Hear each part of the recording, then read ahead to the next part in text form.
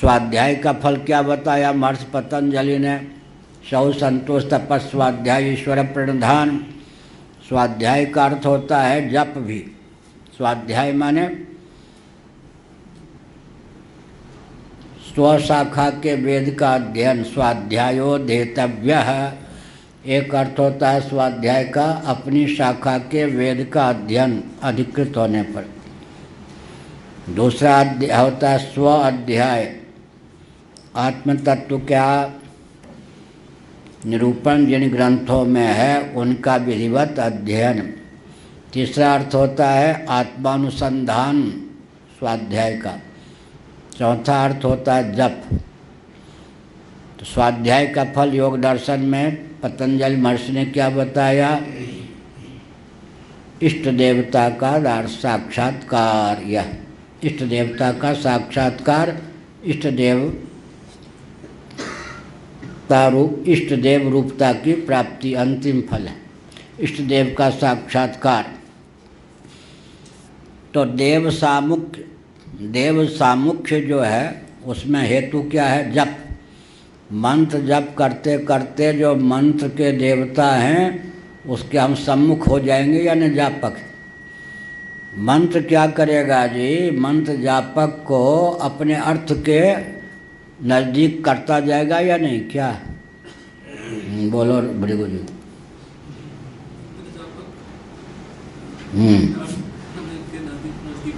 मंत्र कहाँ जाएगा? देवता तक पहुँचेगा। तो जापक के जप करने से तो मंत्र की सिद्धि होगी ना। क्या हुआ? तो मंत्र क्या करेगा? मंत्र जापक के द्वार से देवता तक पहुँचेगा या मंत्र सीधे देवता तक पहुँच जाएगा? तो मंत्र जो है वो जापक जो है उसमें ऐसी क्षमता भरता जाएगा कि ज्यों ज्यों जापक मंत्र का जप करेगा त्यों त्यों देव सानिध्य की उसे प्राप्ति होती जाएगी, दिव्यता का आधान उसमें होता जाएगा। हुआ या नहीं? जप का आश्रय कौन हुआ? करण का प्रयोक्ता कौन हुआ? व्यापक। मंत्र जप किससे करेंगे? वाक और मनोयुक्त वाक से या मनोभावापन्न वाक से। दो प्रकार का जप हो गया है नहीं क्या? चार प्रकार की वाणी होती है। परा पश्यंती, मध्यमा, वैखरी। राम राम राम राम। अब इसमें क्या हुआ? मनोभावापन्न वाक या वाक भावापन्न मन।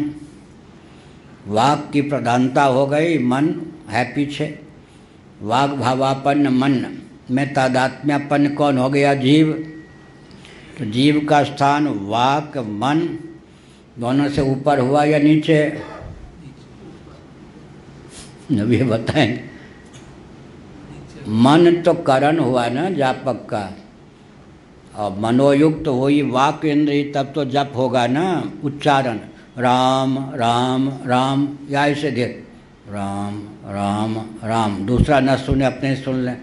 उपांशु मध्यमा में जब पहुंच जाएगा तब मनोभावापन्न वाक। इधर क्या है? वैखरी में वाग भावापन्न मन। वाग भावापन्न मन वैखरी वाणी, मनोभावापन्न वाक मध्यमा वाणी। लेकिन मन करण किसका होगा? जीव का है ना। जीव तो क्या होगा? करण का संचालक नियामक। तो वाक इंद्रिय सहित मन का नियामक कौन हुआ? जप में प्रवृत्त करने वाला कौन हुआ? जीव। जापक हुआ या नहीं? तो जप क्या करता है? जापक को अपने आश्रय भूत जो जापक है, तो जप का आश्रय पहले कौन हुआ? वाक इंद्रिय हुई। वाक के आश्रय कौन हुआ? मन हुआ। मन किसका हुआ? करण रूप हुआ। मन का प्रयोक्ता कौन हुआ? जीव। वही जापक हुआ। तो मन किसके आश्रित रहा? किसके द्वारा प्रयुक्त हुआ? जीव के द्वारा। तो जप क्या करता है? अपने जापक अपने आश्रय को दिव्य करता हुआ जापक को दिव्य बना देता है। क्या? जब आश्रय में दिव्यता आएगी तो तत् उपहित चेतन जापक में दिव्यता आएगी या नहीं?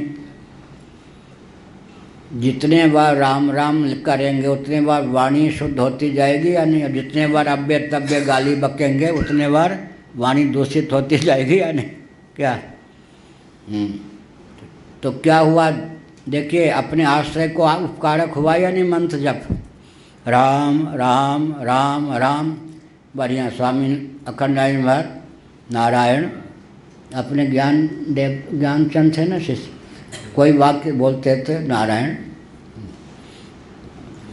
अब प्रभुदत्त ब्रह्मचारी महाराज तो छोटे से नाम नहीं लगे, श्री कृष्ण गोविंद हरे मुरारे हे नाथ नारायण वासुदेवा, हर वाक्य में बोले श्री कृष्ण गोविंद हरे मुरारे हे नाथ नारायण वासुदेवा। हुआ है नहीं? ज्ञानी राम जी अपने थे ना, वो नारायण के, और दम पूर्वक नहीं, बहुत अच्छे। तो हमने क्या कहा? अपने आश्रय को भूषित किया या नहीं? किसने? राम। जिसने सुन लिया राम का नाम, श्रोता के भी कान को पवित्र किया या नहीं? अपने आश्रय वाक इंद्री को पवित्र किया या नहीं? और शुद्ध कर दिया। और वो उसके पीछे जो मन बैठा है उसको भी शुद्ध कर दिया या नहीं? अब जब वाक इंद्री में शुद्धता आती गई और मन में शुद्धता आती गई तो जीव उस शुद्धता से लाभान्वित होता जाएगा या नहीं? उपाधि में ज्यों ज्यों दिव्यता आती जाएगी उपहित त्यों त्यों दिव्य होता जाएगा या नहीं?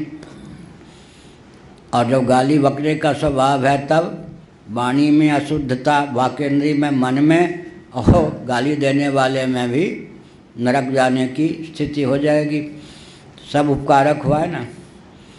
तो वाकेंद्री जो है उसका अर्थ कौन है? प्रणवो धनु ब्रह्मतल लक्ष्य मुच्यते। वही तो प्रणव के मुख्य देवता कौन है? ब्रह्म। प्रणवो धनु सरोहि आत्मा ब्रह्मतल लक्ष्य मुच्यते। लेकिन सरोहि आत्मा जापक कौन हुआ? यहाँ ये वो ऊंची बात है। धनुष की पहुँच होती लक्ष्य तक या तीर की, बाण की? प्रणवो धनु में क्या अंतर हुआ? प्रणव तो हो गया, जप तो हो गया धनुष के स्थान पर। वो जप क्या हो करता है? बल और वेग भर देता है। किसमें? बाण में। वो बाण के स्थान पर कौन है? जापक। उसमें बल और वेग का आधान कर दिया। यहाँ तो धनुष यहीं रह जाता है, तीर जो है लक्ष्य तक पहुँच जाता है। बंदूक की नली से गोली को जब लेते हैं निशाने तक पहुँच, उसमें बल और वेग किसने गोली में भरा? बंदूक की नली। ऐसे ही जो चाप और बाण, तो बाण जो है चाप ने क्या किया, धनुष ने क्या किया? बाण में बल और वेग भरा। यहाँ बाण के स्थान पर कौन है? जीवात्मा। लेकिन अंतर क्या हुआ? यहाँ हाथ में किसके रह गया? धनुष जो है किसके हाथ में रहता है? प्रयोक्ता जो बाण को चलाने वाला है। तो यहाँ पर बाण और वास्तव में क्या वो बाण ही पहुँच गया या धनुष भी पहुँचा? बाण बंदूक की गोली जो है वहाँ तो दूसरा लक्ष्य है ना। यहाँ पर क्या हुआ? जीव का जो तात्विक स्वरूप है वही लक्ष्य हो गया। तो जीव तो पहुँच गया वहाँ तक, और जिसने उसको पहुँचाया मंत्र। अरे मंत्र का पर्यवसान ज्ञान में होता है। मंत्र शब्द और ज्ञान का संवेद स्वरूप ही तो मंत्र होता है। क्या मंत्र क्या होगा? शब्द माने संकल्प क्या है? शब्द और ज्ञान का संवेद स्वरूप। विकल्प क्या है? शब्द और ज्ञान का मिला हुआ स्वरूप। निश्चय क्या है?